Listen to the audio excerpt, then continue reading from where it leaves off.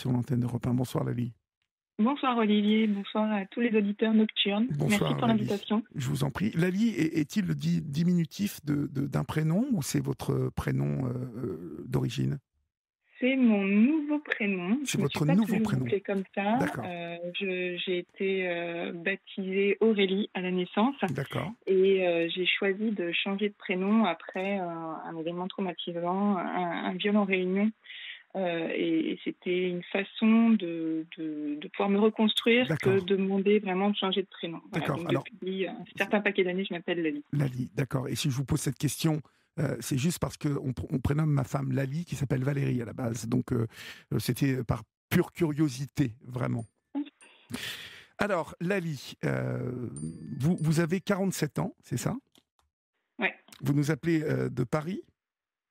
Oui, des lilas, Lali des lilas, comme ça quand j'aurai Alzheimer, ce sera plus facile pour retrouver mon chemin. Oui, très bien. Donc, Et vous êtes auteur de L'autisme et mon super pouvoir aux éditions Jouvence. Euh, Racontez-moi ça. Quelle est la promesse dans ce titre, L'autisme et mon super pouvoir? une promesse, je sais pas, en tout cas un parcours de vie, le parcours d'une extraterrestre qui tente de devenir une simple terrestre extra, qui serait acceptée par les autres terriens pour ce qu'elle est et même par ce qu'elle est en fait. Oui, Le parcours d'une femme autiste avant et depuis le diagnostic, qui est arrivé tardivement, il y a 4 ans. Donc, c'était l'occasion de témoigner. Ça m'a été demandé par des personnes, des entreprises auprès desquelles je donnais des conférences, qui me disaient c'est quand même dommage que tu racontes pas ta vie. Voilà. Alors, je trouvais que raconter ma vie n'avait pas forcément un intérêt pour le grand public, mais finalement, cet exercice d'écriture m'a pas mal aidé sûrement à continuer à me comprendre moi-même. Après des années d'incompréhension jusqu'au diagnostic, ça a été un exercice qui continue à être important pour moi. d'accord. Alors, Lali, vous dites que vous avez passé une vie à vous sentir à la marge, sans savoir pourquoi. Au plus loin que vous vous souveniez, ce sentiment de se sentir à la marge, vous l'éprouvez à quel âge exactement? À partir de Alors, quel âge? depuis les plus lointains souvenirs, sachant que j'ai une très mauvaise mémoire du passé, même immédiat, puisque comme Oui, j'ai eu pas mal d'événements douloureux, je pense que j'ai une résilience forcenée à chaque instant de ma vie qui fait que même les événements assez positifs, j'ai tendance à les balayer rapidement. d'accord. À force de pratiquer la résilience active pour me préserver, je pense que mon cerveau a décidé de plus trier ce qui doit être retenu de ce qui peut être oublié sans dommage. Donc, mes souvenirs d'enfance, c'est ceux que je découvre en photo dans les albums de mes parents, des images où on découvre un bébé, une petite fille, puis une ado toujours souriante et prompte aux grimaces. Enfin, en même temps, quand les gens me disent mais tu as toujours souri, c'est pas possible, tu n'es pas autiste, je ne mets pas moi dans les albums familiaux des photos de mes enfants en train de faire des colères ou de me jeter de la purée à la figure. Donc c'est normal de vouloir garder des souvenirs heureux et souriants dans ces albums photos. Mais au-delà de ça, je pense que j'ai toujours masqué. Je suis la troisième de 4 enfants. Dès l'école et le collège, j'ai vécu de nombreuses situations de harcèlement et d'agression physique. Oui, oui. Je ressentais que c'était pas normal. Je voyais que mes frères et sœurs ne vivaient pas ces situations-là, mais comme j'ai 3 ans et demi d'écart, je suis entre mes deux frères, on n'a jamais été dans les mêmes cours de récréation en fait, ce qui fait que j'avais pas de protecteur. Et que donc j'avançais, en fait j'étais timide, effacée, mal à l'aise, avec un sentiment de jamais être à ma place, de toujours gêner, de jamais savoir quoi dire. Je me forçais à initier des conversations, à rire avec les autres sur des sujets qui m'intéressaient même pas, mais on me tournait le dos. C'est un sentiment qui m'a suivi jusqu'à mon diagnostic, cette Mhm. impression de déranger les autres, de ne pas être appréciée. Parfois Ensuite, j'ai aussi le sentiment de ne pas comprendre exactement ce que les autres racontaient.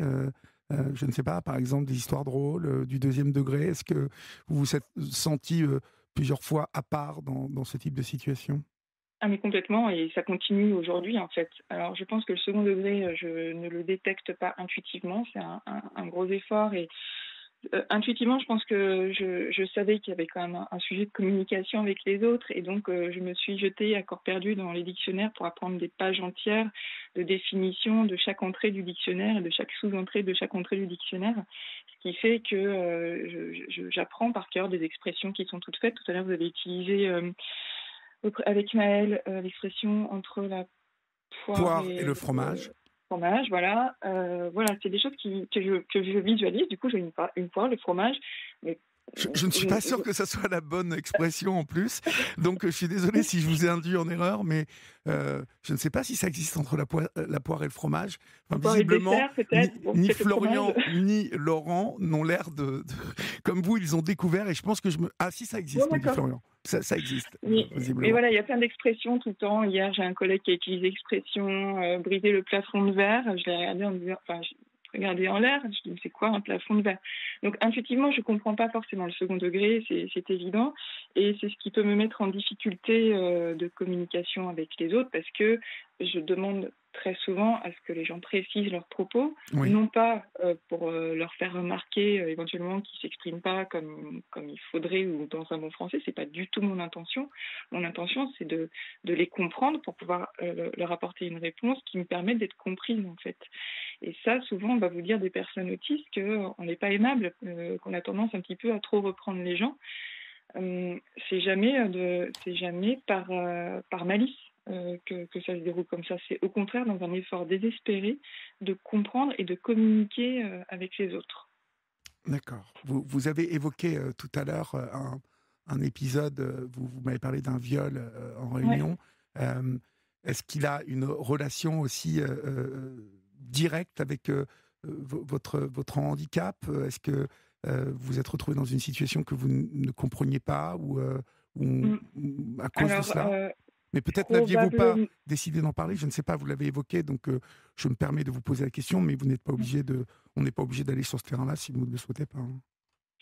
Non, bah, c'est vrai que je suis souvent interrogée sur le sujet dans les médias écrits, la presse écrite, et je n'en ai jamais parlé à une antenne de radio, mais bon, c'est l'occasion d'avancer aussi. Euh, J'en fais pas un secret parce qu'en fait 88% des femmes autistes ont vécu au moins une fois dans leur vie un épisode de violence sexuelle. Oui, Malheureusement, je rentre dans ces statistiques-là. Je pense qu'effectivement, ça peut être lié, outre, même si rien ne justifie, n'explique, n'excuse un tel acte. J'ai une grosse difficulté dans la vie, c'est que je ne sais pas interpréter les intentions des autres. Ça s'appelle la théorie de l'esprit. J'ai un déficit de théorie de l'esprit. Je ne sais pas donner des intentions aux autres, qu'elles soient bonnes ou d'accord. mauvaises. Oui. Pour moi, je Mhm. crois, enfin, par principe, les gens, tout le monde il est beau, tout le monde il est gentil. Oui. Donc je ne vais pas prêter des mauvaises intentions. Et clairement, ça m'a mise en difficulté un certain nombre de fois, même après en étant adulte au travail, parce que je vois pas quand quelqu'un me drague, quoi. Par exemple, si un collègue me demande si je veux prendre un verre, Oui. je réponds non, j'ai pas soif, ou alors ah bah oui, tiens, justement, j'ai soif, mais je vois pas d'intention derrière. Mhm. Et donc, ce soir-là, c'était le 25 novembre, depuis c'est devenu la journée internationale des violences faites aux femmes, Oui. hasard, du calendrier. Ma mère était à l'hôpital, mon père était avec elle, mes frères et sœurs aînés étaient 25 qui novembre de étaient. quelle année, Anneli? 92, donc j'avais 92. 15 ans. Ouais, D'accord. 15 ans. Et en fait, il neigeait, donc la doudoune, jean, machin, bref, donc aucun signe, j'étais pas à poil et quand bien même, voilà, rien qui laissait penser que je pouvais draguer qui que ce soit. Oui.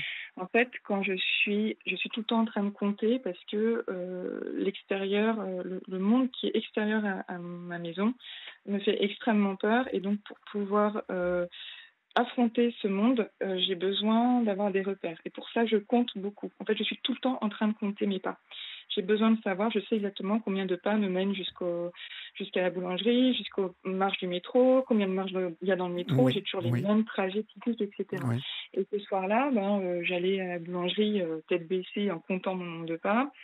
Et il y avait 5 individus sur le trottoir, sur le chemin vers ma boulangerie, qui fait que j'ai été obligée de les contourner. Évidemment, quand vous contournez, ça vous rajoute un nombre de pas par Oui. rapport au Oui. décompte initial, Oui. ce qui fait que ça m'a perturbée. Je suis allée acheter ma baguette, je suis ressortie de là. Je n'ai pas fait attention à... Je ne sais même plus, en fait, j'ai pas de souvenir de ça. De s'il y a eu des sifflements, des interpellations, j'en sais rien. Et en fait, je suis pas rentrée tout de suite chez moi. J'ai été happée. Ça s'est fait devant la boulangerie était juste à côté d'un parking et ça s'est fait dans le parking. Et j'ai même pas tellement de souvenirs de ça. En fait, très vite au cours de l'agression, je me suis extraite de ce qui était en train de se dérouler. Oui. C'était étrange à expliquer. Enfin, mon corps était là, il subissait des exactions, mais mon esprit était ailleurs. D'accord. Est-ce Et, que les auteurs ont été appréhendés après? alors, j'entrerai pas trop dans ce genre de détails-là. C'était D'accord. assez complexe. Comme toujours, j'ai voulu préserver mon foyer, ma famille. Ne serait-ce quand j'étais harcelée, agressée, raquettée à l'école et au collège, pareil, je leur en ai pas parlé. Ils ont découvert les choses sur le tard et souvent à la faveur d'interviews que j'ai pu donner par la suite. Donc, je vais pas forcément trop D'accord. rentrer dans ce genre de détails-là, mais non, en fait, malheureusement, je n'étais pas en capacité de les reconnaître. D'accord. C'était D'accord. ouais. Euh, c'est une idée fausse que de penser que les autistes sont des êtres repliés sur eux-mêmes. J'ai trop longtemps cherché à ressembler aux membres d'une société trop formatée pour considérer la diversité comme un trésor. Euh, c'est vrai que lorsqu'on est différent, plus jeune, euh, je le vois avec pas mal de jeunes autistes Asperger, il y a toujours une attirance pour même les gens populaires, vouloir absolument ressembler. Bon, c'est un réflexe normal en même temps, hein, mais vouloir toujours ressembler à cette société formatée euh, sans considérer qu'on a des qualités soi-même. Oui, complètement. Alors, moi, c'était pas par volonté de ressembler à des gens, c'était vraiment par volonté d'intégration et sûrement très maladroitement, puisqu'en fait, je n'ai jamais su attirer la sympathie très longtemps, sauf à partir du lycée. Je suis arrivée à Paris en seconde, ce qui fait que là, j'intégrais pour la première fois un établissement en même temps que les autres élèves. Mon père est militaire, donc on déménageait tous les 3 ans. Donc il y avait en plus de cette difficulté à pas savoir instinctivement faire comme les autres, entre guillemets, le fait que souvent j'arrivais en cours de cycle et que j'étais la petite nouvelle qu'on observait pendant 3 à 4 mois, et puis au bout de 3 à 4 mois on se rendait compte que j'étais bizarre. Bon, ce que je dis souvent en conférence, c'est que je suis la bizarre, la bizarre du groupe, mais en fait, à mes yeux, vous êtes tous bizarres. Donc Bien sûr, finalement, bien on sûr. est tous les bizarres les uns des autres. Et je pense qu'effectivement, euh, je crois que personne n'est le clone de personne d'autre. Dire tu n'as pas l'air autiste, enfin, si on me dit t'as pas l'air autiste, je me dis mais toi j'ai pas plus ou moins l'air autiste que toi tu as ou pas l'air neurotypique, donc une personne qui n'est pas autiste. Pourquoi, au nom de quoi toutes les personnes autistes devraient se ressembler physiquement? Oui, Parce que quand même quand vous parlez avec une personne autiste, vous distinguez, surtout vous qui avez quand même l'habitude effectivement de parler à des autistes, alors qu'on n'appelle plus Asperger, mais type Asperger oui. dans les précédentes manuel diagnostic, c'est quelque chose qui est assez commun. J'ai perdu le fil, du coup, je ne sais plus ce que je disais. Non, en fait, c'était par rapport justement à vouloir ressembler à la société. Oui, J'ai souvent, je constate encore, hein, souvent parce que je suis assez euh, concerné, dirons-nous, oui. par cette problématique. Euh, et vraiment, je vois, j'éprouve beaucoup de peine pour tous ces jeunes autistes Asperger qui sont seuls, qui n'ont pas d'amis, vous voyez, Mm. et qui n'arrivent Alors, pas à s'en faire, et qui sont bien alors évidemment rejetés par euh, la grande majorité des jeunes qui ne sont pas intéressés, hein, par oui. cette différence, en fait. Euh, vous avez vécu ça, vous aussi? Alors moi, en soi, la solitude ne me pèse pas tant que ça. Je préfère être seule que mal accompagnée. Oui. Oui, enfin, Et c'est ça, bien je l'ai d'avoir toujours un rapidement ou deux. appris. À deux, on fait plus de choses, vous voyez. Oui, oui. C'est juste Alors ça moi, que par j'évoque. chance, mes frères et sœurs étaient mes amis et Eh je suis oui, la neuvième de 42 cousins eh germains, oui, donc je eh n'ai oui, pas été seule. Et dans oui, mon foyer, ça allait, en fait. eh oui. Et Je ça travaille, change beaucoup de choses. Beaucoup de ouais, choses. je travaille aujourd'hui, alors je travaille, j'ai 2 métiers. Je suis responsable communication dans un groupement qui s'occupe de personnes autistes. Oui, Donc, je croise beaucoup de jeunes autistes, effectivement. Puis, voilà, je travaillais beaucoup dans l'associatif, où j'en ai beaucoup croisé. En soi, ça ne dérange pas la personne d'être seule si elle est bien dans sa solitude. Mais c'est vrai que c'est faux de croire que une personne autiste préfère être seule. Une personne autiste, quel que soit son niveau de sévérité, aime avoir des amis, aime bien être au évidemment, milieu des autres gens, bien même évidemment. si elle ne l'exprime pas. Moi, je ne sais pas exprimer mes sentiments, simplement. Enfin, je ne sais pas le faire. Je ne sais pas dire aux gens que je les aime. Je ne sais pas... moi, les codes où il faut se serrer dans les bras, on est une société très latine et quand les gens viennent vous toucher le bras là de façon Oui. incessante, moi c'est insupportable. Je souffre d'une hypersensorialité à tout.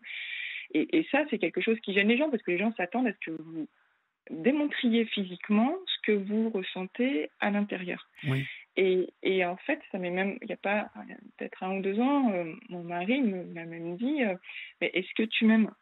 Parce que tu me le dis jamais. Je dis, bah, Oui. évidemment. Enfin, sinon je serais pas là, quoi. Oui. Évidemment. Oui. Et il me dit, bah ouais, j'ai besoin que tu me le dises aussi. Et c'est vrai qu'en fait, rien n'est un automatisme dans ces codes sociaux et Oui. ces Oui. codes Oui. amoureux. Oui. Même à mes enfants, enfin, je pense que mes enfants me disent plus qu'ils m'aiment que l'inverse, alors que je les aime de tout mon cœur. Mais je suis obligée, j'ai pas d'automatisme, je suis obligée de penser à tout ça. Je suis obligée de penser quand je donne une conférence, par exemple, je déroule mon sujet, je suis hyper pro, je réponds aux questions, etc. Et de temps en temps, je me dis, oups, il faut sourire aussi. Et donc, je me force à le faire, alors que dans moi, je souris, mais à l'extérieur, ça se voit pas forcément. Et voilà, on dit souvent que les autistes font la tête ou machin, ou au contraire, vous manifestez de façon trop excessive de la joie, du contentement, des sentiments positifs. Et pour revenir à votre question initiale, les personnes autistes que je connais qui sont seules, au final, ne souffrent pas tant de la solitude que des jugements qu'elles subissent et de la mise à l'écart qu'on subit d'une société qui est effectivement très normée, Oui. euh, Très dont normé. Très normé. qui a des vœux pieux d'inclusion. Alors en fait, on ne fait que de l'intégration, on ne fait pas de l'inclusion en vrai. Et en fait, ça vient depuis tout petit. Vous mettez dans une cour, nous on voit dans l'organisme pour lequel je travaille, vous mettez des enfants neurotypiques avec des enfants autistes ou n'importe quel trouble du neurodéveloppement, ça se passe super bien en fait. Il n'y a pas de jugement, ils jouent ensemble. L'enfant qui n'a pas de handicap est capable de comprendre qu'on lui dise voilà, ton petit copain n'a pas envie juste maintenant, ou voilà quelles sont les règles du jeu qu'il faut faire pour jouer avec ton petit camarade. Et l'enfant le comprend en fait, mais c'est comme tout pour tout. Il en va de même pour le Oui. racisme, Oui. pour L'enfant le n'importe quel comprend, type c'est un peu plus d'exclusion. compliqué chez les adolescents, me semble-t-il. Mais il faut voir les réactions aussi des parents. Et puis en fait, l'école n'est pas encore assez inclusive. Donc le jour où les classes seront vraiment mélangées avec des enfants autistes et des enfants non autistes, Mhm. la difficulté sera déjà un petit peu allégée, bien que, Oui. Oui. attention, Oui. j'ai bien conscience du travail que c'est, notamment de gérer des autismes sévères en classe. Hein. Oui. Oui. Oui. Bien Être enseignant, évidemment. c'est un des métiers les plus compliqués, les plus durs, hein, mais Mais heureusement. lorsqu'on parle d'autistes dits Asperger, même ce travail-là n'est pas fait au niveau de l'inclusion. Aucune Non. formation n'est apportée à nos enseignants. Il y a un travail monumental à faire en France. Je ne sais pas ce que vous en pensez. Oui, complètement. Et ça fait partie de la dernière stratégie pour les troubles du neurodéveloppement qui est déployée depuis le mois de novembre, avec un axe fort sur la formation des professionnels qui encadrent l'autisme.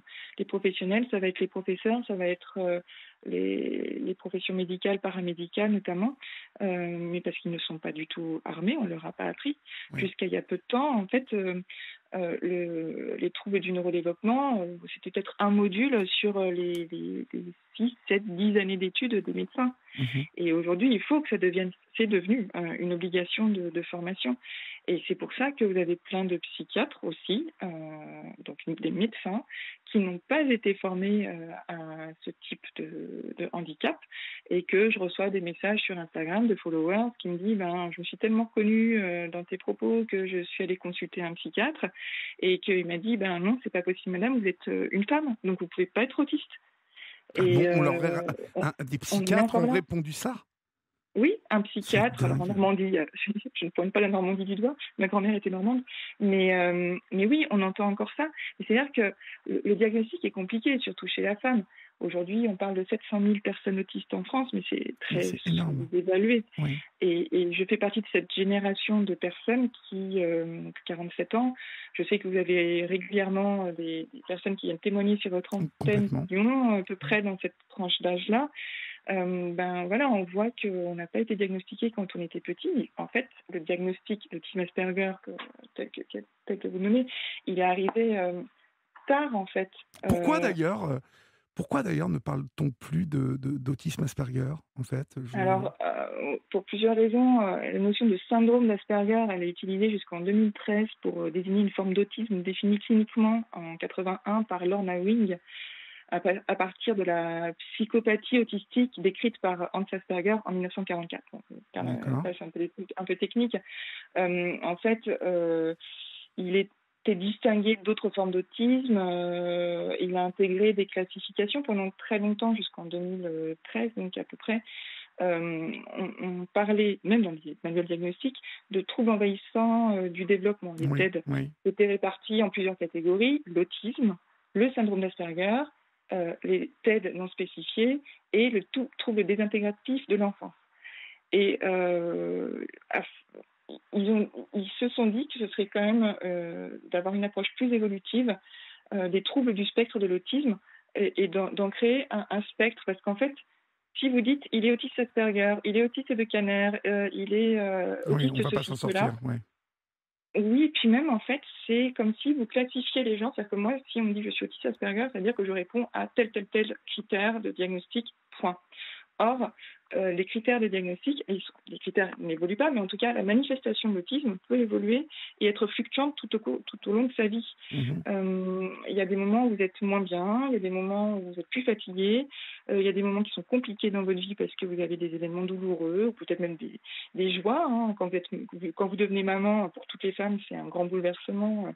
Mais je pense que la question de la maternité chez la femme autiste, c'est encore un autre type de bouleversement, parce que est-ce que je vais être capable d'aimer, de montrer que j'aime? Est-ce que je vais être capable de protéger mes enfants de tout ce que j'ai vécu quand j'étais petite? Moi, à l'école, j'ai pas su me défendre. Est-ce que je saurais défendre mes enfants? Donc c'est plein Oui, de questions. oui. Et donc en fait, il y a des moments, et c'est pour ça que quand vous déposez un dossier à la MDPH, vos droits ne sont pas ouverts à vie, à moins d'avoir un taux de handicap supérieur à 80%. Il y a certaines personnes autistes qui ont ce taux de handicap de plus de 80%, parce qu'elles sont Oui. probablement jamais autonomes, peut-être non verbales, peut-être avec une déficience intellectuelle. Et pour toutes les autres, c'est fluctuant.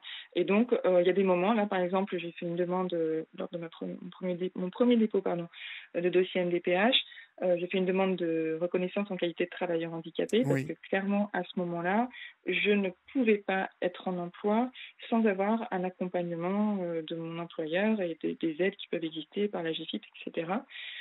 Mais peut-être que dans 5 ans, au moment de refaire, alors non, pas dans 5 ans, parce que entre-temps, j'ai refait mon dossier, et là, ils m'ont accordé le droit à la SPTH à vie il y a peu de temps, parce que je suis dans une forme d'autisme, vous voyez, sans déficience intellectuelle, plutôt avec même des bonnes capacités intellectuelles, et malgré tout, le législateur, enfin la MDPH, estime que je ne serai jamais en capacité d'être parfaitement autonome en emploi, ou bien en emploi, ou de conserver un emploi, si je n'ai pas des aménagements qui sont faits. Et donc, en fait, y a des personnes qui, toute leur vie, vont refaire leur dossier MDPH jusqu'à 10 fois dans leur vie, parce que les droits sont accordés pendant une certaine durée, qu'au bout de cette Mais durée-là, c'est un il faut enfer. C'est un refaire tout le enfer, ces dossier. dossiers MDPH, c'est un Oui, enfer.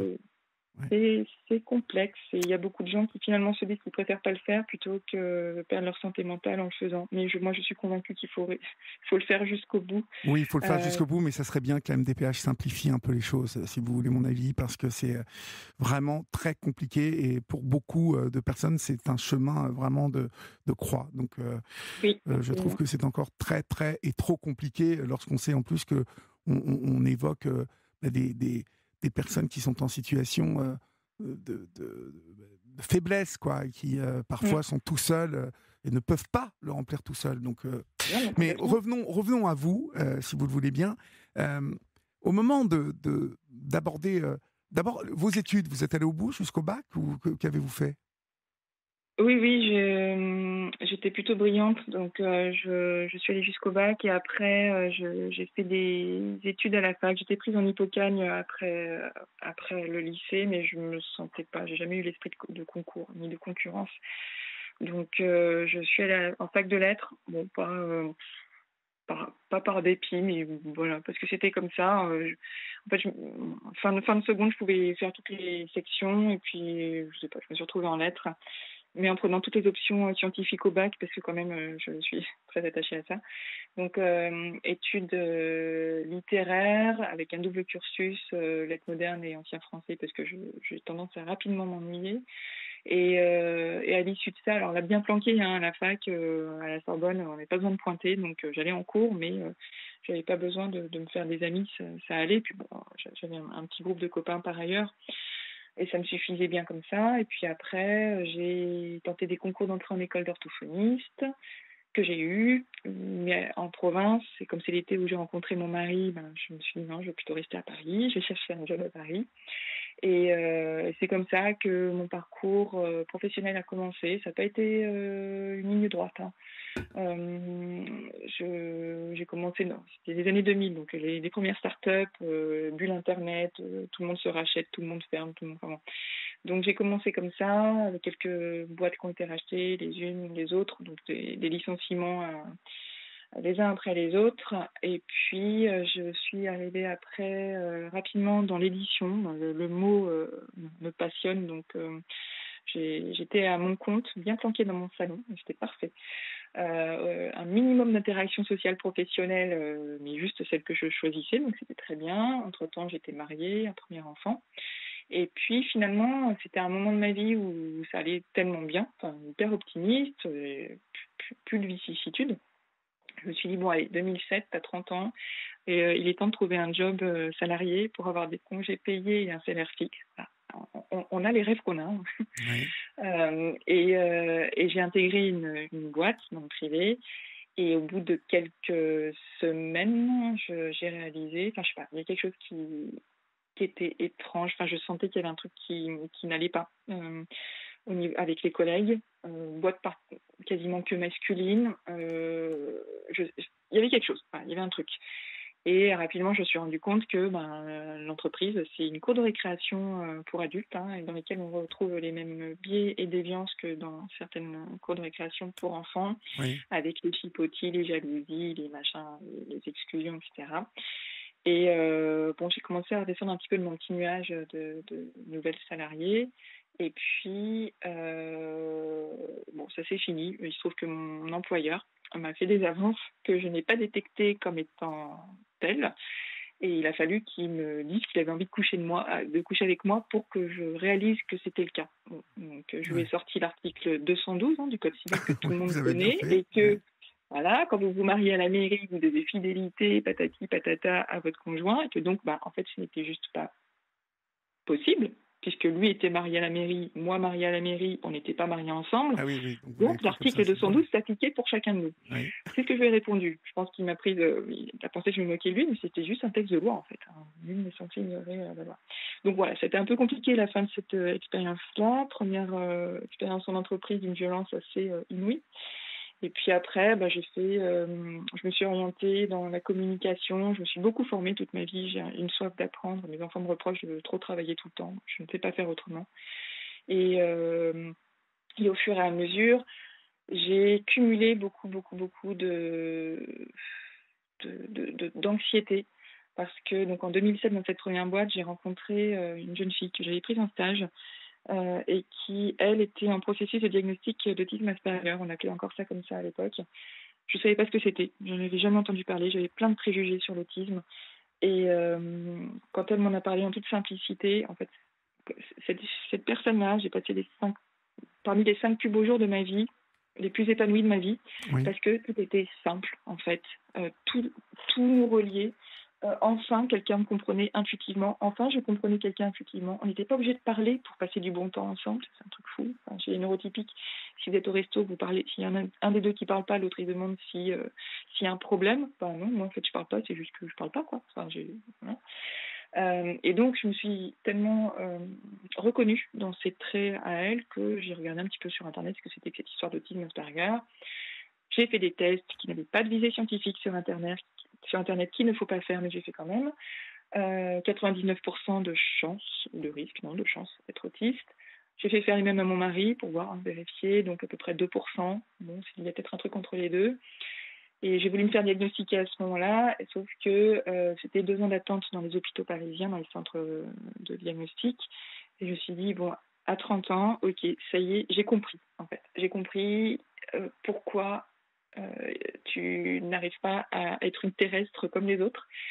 Donc maintenant que tu as compris pourquoi, tu vas lire toute la littérature scientifique, les témoignages, tout ce que j'ai pu trouver, et ça va me suffire. Je vais intégrer, je vais apprendre, et je vais faire comme il faut.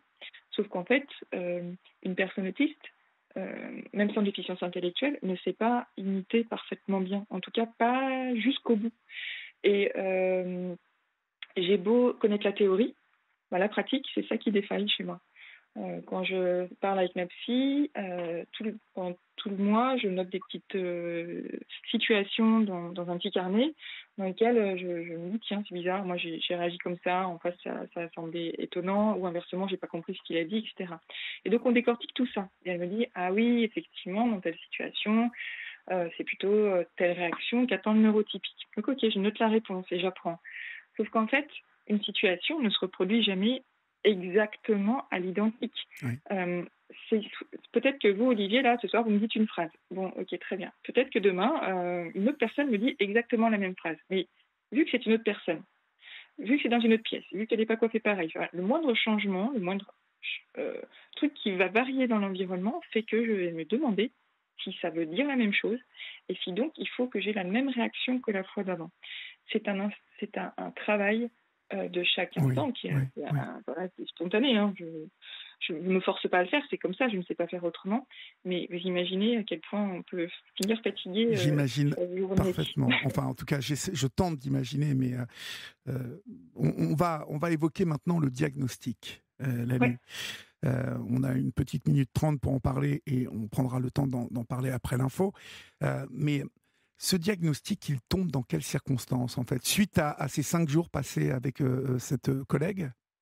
Ouais, donc j'ai tenu pendant 11 ans à essayer d'aller vers les neurotypiques, à essayer de franchir cette frontière qui me séparait d'eux, et cette frontière a fini par se transformer en gouffre au fil des années. Oui. Et donc en 2018, je me suis effondrée sur mon lieu de travail physiquement, impossible de bouger, on a appelé les urgences parce que je ne pouvais plus rien faire, et à ce moment-là, j'étais arrêtée pendant une année. Et au moment de retourner au travail, je me suis dit que je n'avais pas le courage d'y retourner sans avoir un vrai diagnostic. Je pouvais tout entendre. Hein. Je me suis dit, t'es peut-être pas autiste en fait. Peut-être que tu te trompes depuis toujours. Peut-être que, j'en sais rien, peut-être que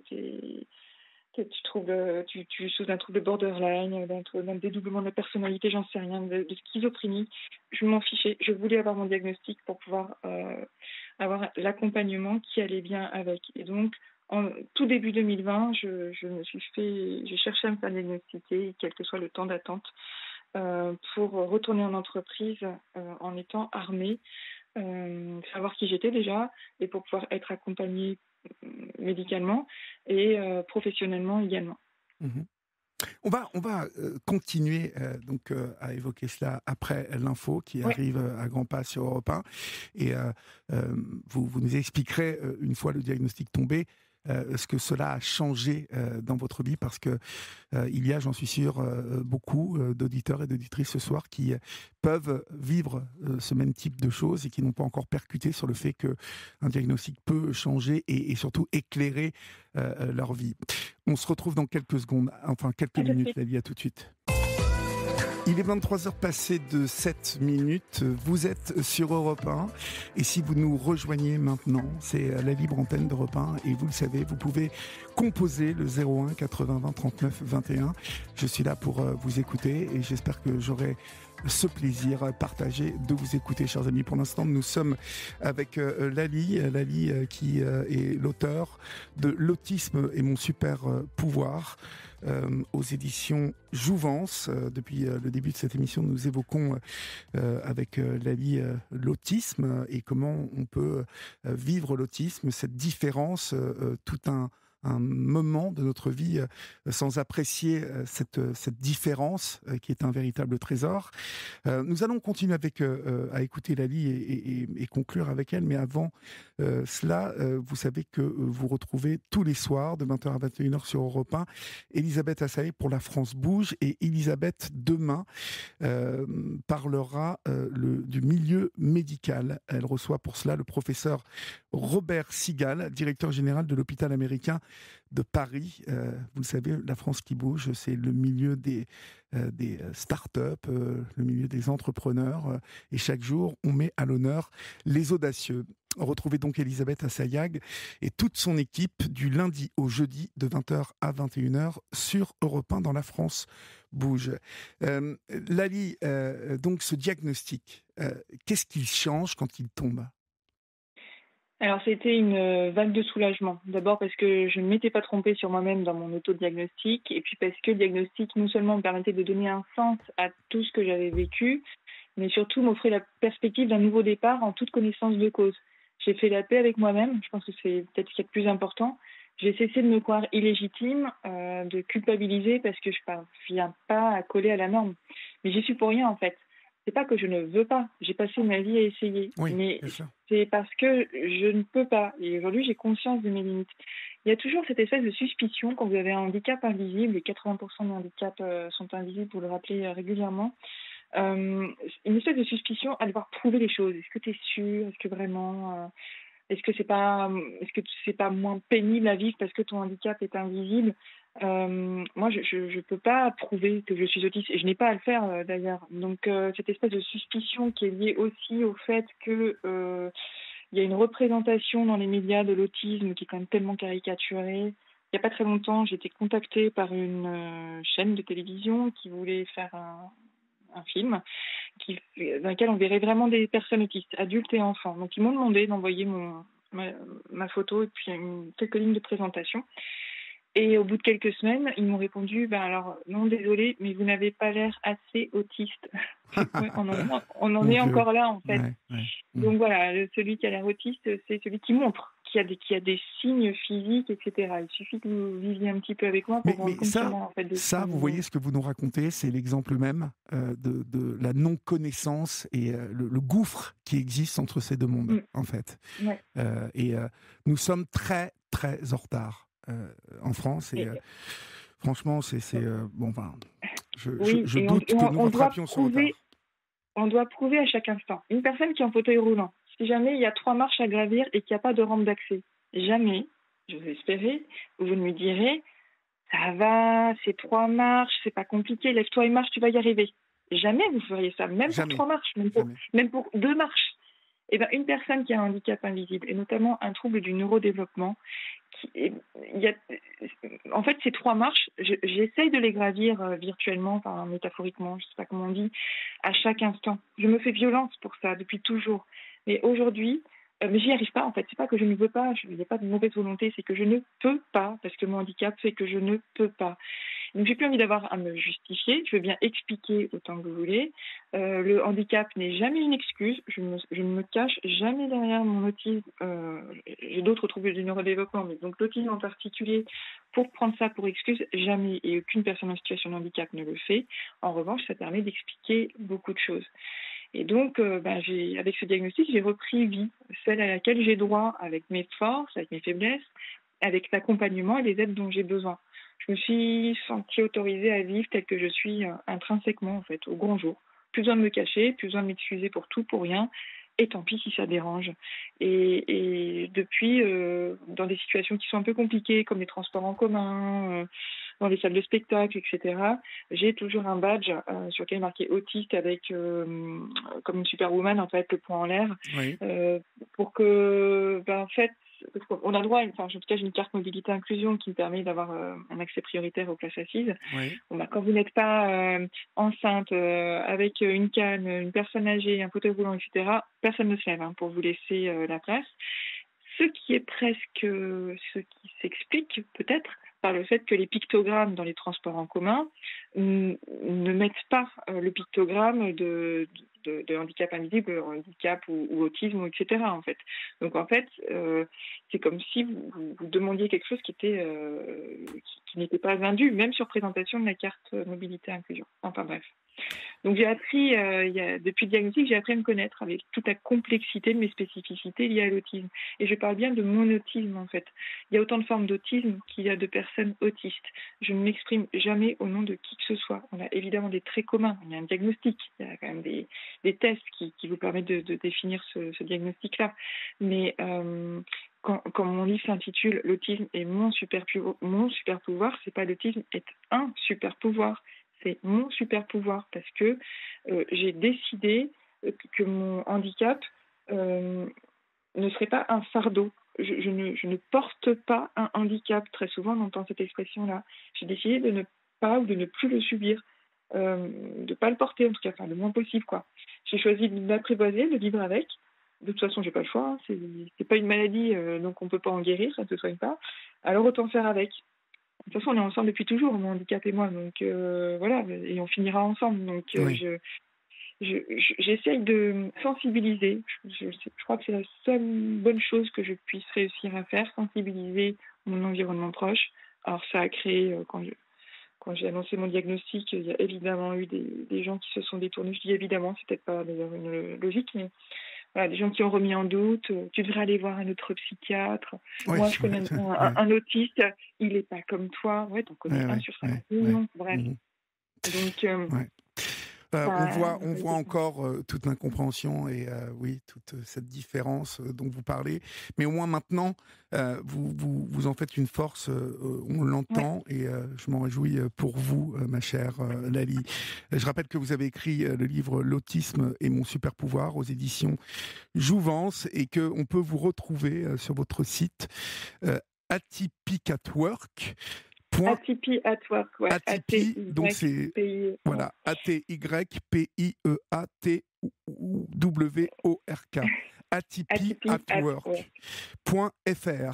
Merci mille fois, Lali, pour votre témoignage ce soir sur l'antenne d'Europe 1.